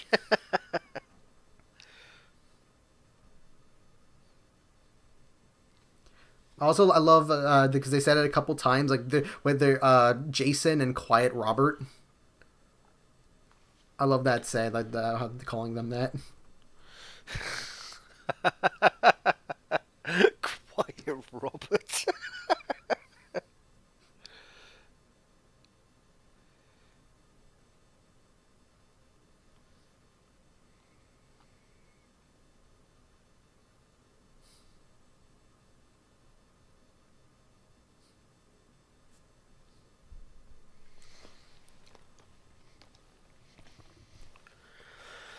You know the whole bit with the tranquilizer gun, that's kind of so dopey and sloppy in terms of the script. So this, plot points from this do follow up in Clerks 2. They edit it out in terms of dialogue, but Jane, Silent and Bob are very wealthy in Clerks 2. They're able to help Dante and Randall buy Quick Stop. Yeah, I remember. Yeah, the because they help him buy at the end, but they in the regular version of the movie they don't really explain that they have the money No, because yeah. of these events. Yeah, All they, that oh was, yeah, all the in the movie proper, all they say is that they have money. There's a deleted scene where they're like, does nobody remember the time that that they made a movie based on us and we're rich now? Which again, it is weird to like go from this goofy as fuck movie to go to Clerks 2, which dance sequence aside, very grounded. You know. grounded except for the donkey fucking. No, that's grounded. I'll buy that. I mean, it's grounded, but it's. I mean, I guess you could call it grounded. I do like that joke where Jay's like, will we fuck when we get out? And she kisses him. He's like, don't change the subject. We're gonna fuck when we get out. That moment there has to be Jason Lee just breaking character. Where Will Ferrell says, "Just play a cool hot shot," and he laughs. I will imagine that's breaking out. Don't steal any more monkeys. Fuck you. Fair enough. I was about to say, is the monkey in reboot? But then I'm like, the monkey's probably dead.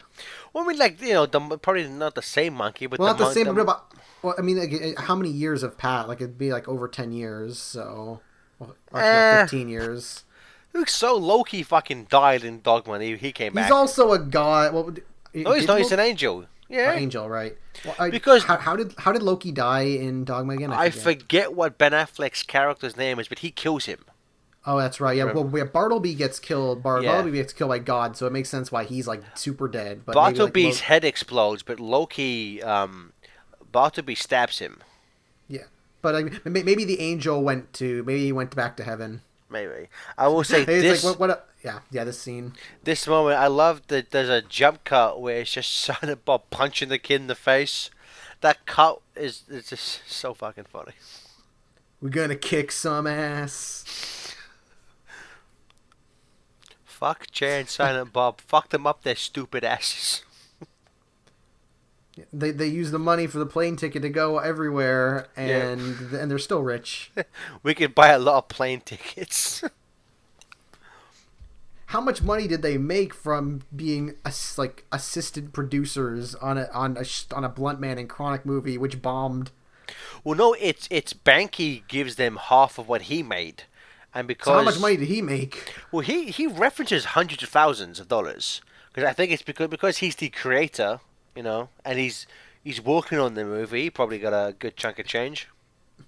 If only real comic artists had that. I know, right?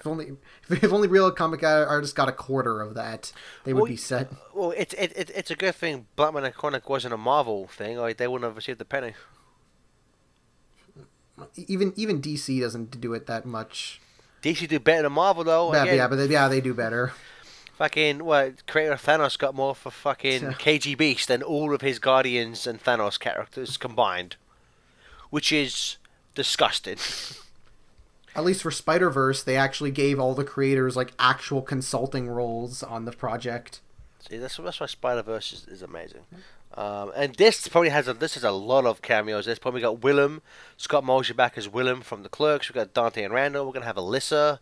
We're gonna have Dwight. There's Flanagan and Steve Dave. Yep. Alyssa talking with Her girlfriend that was in the movie. which I think is played by Kevin Smith's sister. Hmm. Maybe that could be wrong. No, wait, no, that's not. That's fucking Renee from Morats. That's who that is. Oh right, that is her. That's Trista Dish from Morats. Yeah. Who IRL is dating Trevor from Clerks 2. Yeah, and there's Dwight Ewell. Dwight, yep. And this little scene confirms that Banky is gay. Although technically, the end of the movie, the end of Chasing Amy, kind of already confirmed that he was gay. I mean, like that had Ben Affleck saying, "I think you're gay," and kissing him, and then Banky just agreeing to the threesome. But you could interpret that as a way to try and save their friendship. This movie just flat out is like, yes, he's gay.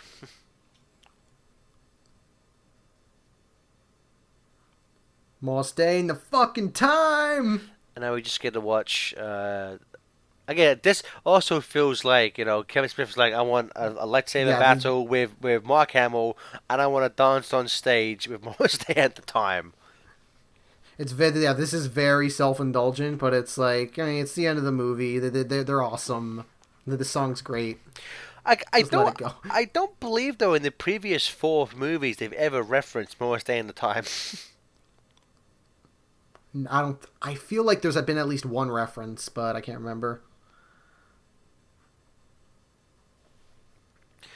But there you go. Jay and Silent Bob Strike Back. It's a movie. It's pretty funny. So I guess in terms of, Kevin Smith said that in terms of all of these character cards at the end, there was like something like 26 or so.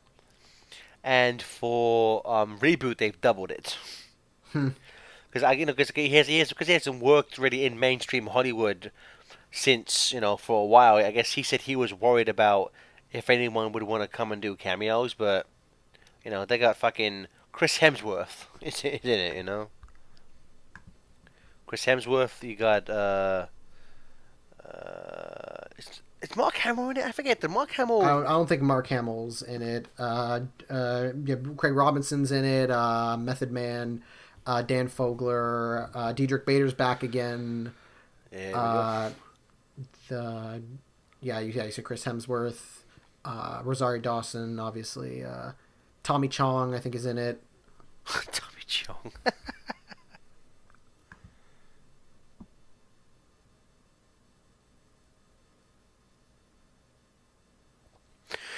It is funny on if you go on the Netflix page, the top highest 3 build actors are Jason Mewes, Kevin Smith, and Ben Affleck. Well, on the poster, it's like Affleck, Jason Lee, Shannon Elizabeth, Will Ferrell, and Chris Rock. Even though, because those are like technically the biggest names that aren't specifically cameos, even though most of those are just cameos. It's like Chris Rock doesn't do anything plot right. It's like Chris Rock is a cameo. Jason Lee and Affleck, I guess they're more like heightened cameos. It's really it's Jason Mewes, Smith, Shannon Elizabeth, and Will Ferrell. Those are like the main 4.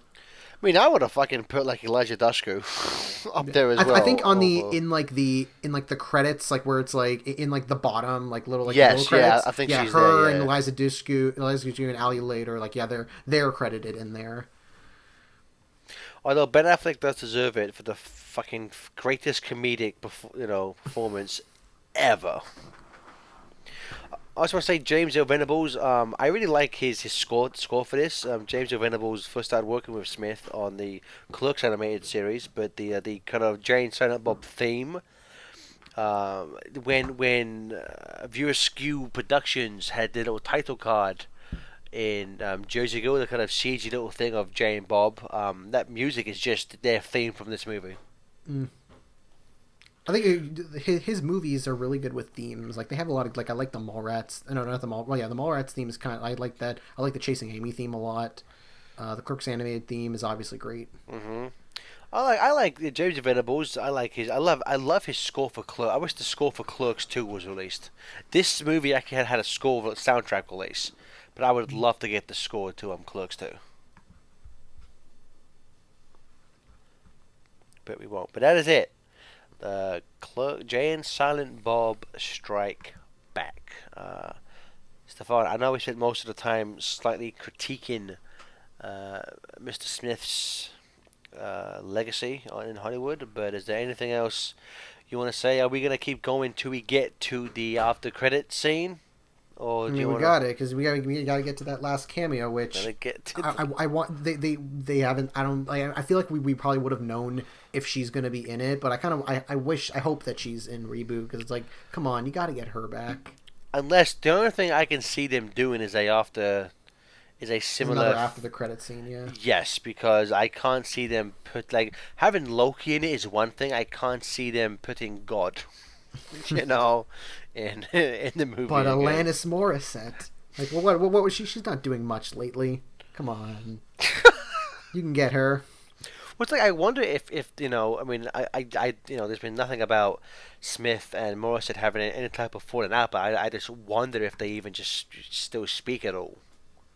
Probably like I mean it's probably a case of like oh they respect each other, they just don't go out of their way to talk, like because she just had basically just had two cameos in two movies, so hmm yeah, it's more of a case of it's more of a case of like admirable respect rather than Well, just straight up friend.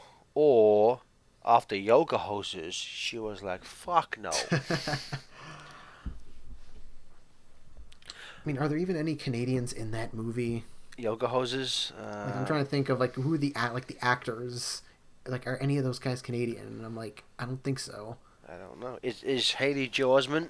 No, He's no, not no, no. Canadian. He's in Tusk. He's not in Yoga Hoses. He's in Tusk. No, he is. Haley Joel Osment has a cameo in Yoga. He's also one of the good things in Yoga. He has that flashback where he plays like that like Nazi leader, and he's Yeah. fun. He's funny in those like one scene. My problem with Yoga Hoses, a lot of it just feels like bad YouTube skits. It's like the fact they have fucking Kevin Conroy in the movie, and he's with that kid, and he's like, "Come on, Robin, let's go." I'm like, "Oh, don't fucking do that." Like, nah, man, that's like Dark Knight Rises level of bad. You don't want to fucking do that. You wasted Kevin Conroy. That's the ultimate sin. I'm somewhat. I know this would also date the movie, but the commentary rather. But I'm kind of curious. Him playing an older Bruce Wayne in the Crisis on Infinite Earth crossover. I think he can do that. Which that actually kind of makes sense. We didn't talk about that. In between like Tusk, in between Yoga Hosers and this and Jane Silent Bob Reboot, he went to head and go in to make TV. That's where he spent most of his time is directing TV. Like he did a couple episodes of The Flash and Supergirl. I mean, he had dabbled with TV before. I forget the name. I forget the name of the show, but he had directed the pilot of some like TV show revolving around like Satan or like demons. And for the I life think of me, I yeah, it cannot sounds remember familiar. what the fuck it was called. But I know he's done something. Yes, he's become he's done a lot of episodes. Yeah, The Flash, Supergirl, and the Goldbergs are like his main Yes, the go-tos Goldbergs. lately. Yeah, Which I think the Goldbergs is because of his connection with Matt Myra, because they used to do the Talk Salad and Scrambled Egg podcast. Mm-hmm. Which I mean, okay, because it's also TV, so it's not really like they don't really leave your mark, but he does good work on those episodes. I haven't watched any of those, so I couldn't comment on those directly. But people seem to enjoy them, and that's people enjoy it. That's the main thing. Oh, and we forgot to mention his cameo in TMNT. Well, again, I wouldn't say that's a cameo. I think he was just hired to do a voice. I think the better cameo is in Superman Doomsday, I forgot where he was in that. Toyman has like a giant robotic spider thing, and Superman destroys it, and it cuts to a bunch of people in a crowd. And there's one guy voiced by Kevin Smith who goes, huh, like who really needed him to bust up a mechanical spider, am I right? Lame. Which I'm like, that's a fucking great. Speaking of, I have not seen yet the like documentary about Superman Lives, but I'm the documentary is curious. really good. Yeah, I mean, you can just listening to all of his stories, like in his talks, is already really fascinating and fun to listen to. And in the documentary, it's because he gets to go into it even more. Yeah, it's like an evening with Kevin Smith, 1, 2, and 3. Some of my favorite things. So it's like these things here. For the director would like to thank him. I'm not sure if he did these after this. But yeah, he used to do this a lot. And again, so for in Jersey Girl, it's like Jason, you've officially outgrown the pie. And it's just like no, you don't get to decide that, man. Oh, he thanked Michael Avon Oming in that. That's pretty cool. So he says, He's, oh, so the people at Ain't It Cool News for the never-ending abuse. and then there was also a Harvey there, which is like, whoops. I will say, I want to say I think he once it came out, he said he was gonna because every month he gets royalties for his Yeah, movies, and I think he said he's donating all of his royalties. yes. Jay and Silent Bob have left the building, which obviously James Bond started it first, but the Marvel movies would always have like Iron Man will return and blah blah blah. Jay and Silent Bob did it. There you go. Yeah, and people are always like, "Oh, Marvel needs to pay you and give you credit for doing the cinematic universe." He's like, "Well, I just took it from the comics. Exactly. I technically stole from them." Yeah. So, as Kevin Smith will point out, even though the book was closed, there's a little bit left of the book that has not been seen, which we saw some of that in Clerks 2. We're going to see a bit more in Reboot, and if maybe hopefully we'll see Clerks 3. I really want to see a Clerks 3. I could very happily go without Mallrats 2, but I would happily see a Clerks 3, which hopefully we will get. So Stefan. I'd rather get animated, but if we get Kirk's 3, I'm like, all right, let's see where that goes. I know, why not both? I think, I guess it's more so of where else would you go for a Clerks 3? yeah. I think like seeing Dante and Rosario Dawson, like what they've been up to, I think that works more than just they're gonna go back into they're gonna go back to the Quick Stop again. Isn't am I misremembering it, or is it implied that Dante has a daughter as well? It might. I don't remember. Well, yes, because she's pregnant. At the end of Clerks 2, she's pregnant with Dante's right, child. She has a kid. Yeah, she does have a kid at the end. Yes. So I wonder if maybe she's part of the group. That'd be cool. there you go. So yeah, that's our commentary for Jay and Silent Bob Strike Back. I think we're gonna try and get this out before Reboot comes out. What's that? I'm October 15th. October 15th. And there's a screening over here, so I'm gonna try and go and see it. Yes, I know they're doing screenings where it's just the movie, and then they're doing a double bill with Strikes Back and Reboot. I might try and go for the double bill. Yeah, because there's the Fathom showings, which I think are like October 15th and 16th, and 17th. Yeah, 17th, so I'm gonna try and for then that. there's like the road show where it's Smith going like all around the country, which sadly there isn't none in Canada, which I'm like sad. Dude, there are better ways to spend $100. But I got to see Kevin Smith once at a convention. That was really cool. he was like, hey, I had a Game of Thrones shirt on. He was like, hey man, cool shirt, and we took a picture. You have a picture of Kevin Smith? Yeah, with me, him, and Jay. I haven't seen that. Put it on Twitter Oh, so I all right, can I'll laugh find at it. it. But I'm sure after we see Reboot, we'll come back and do a Skype sanctuary. But Where in the we'll mean, just say, it's a movie.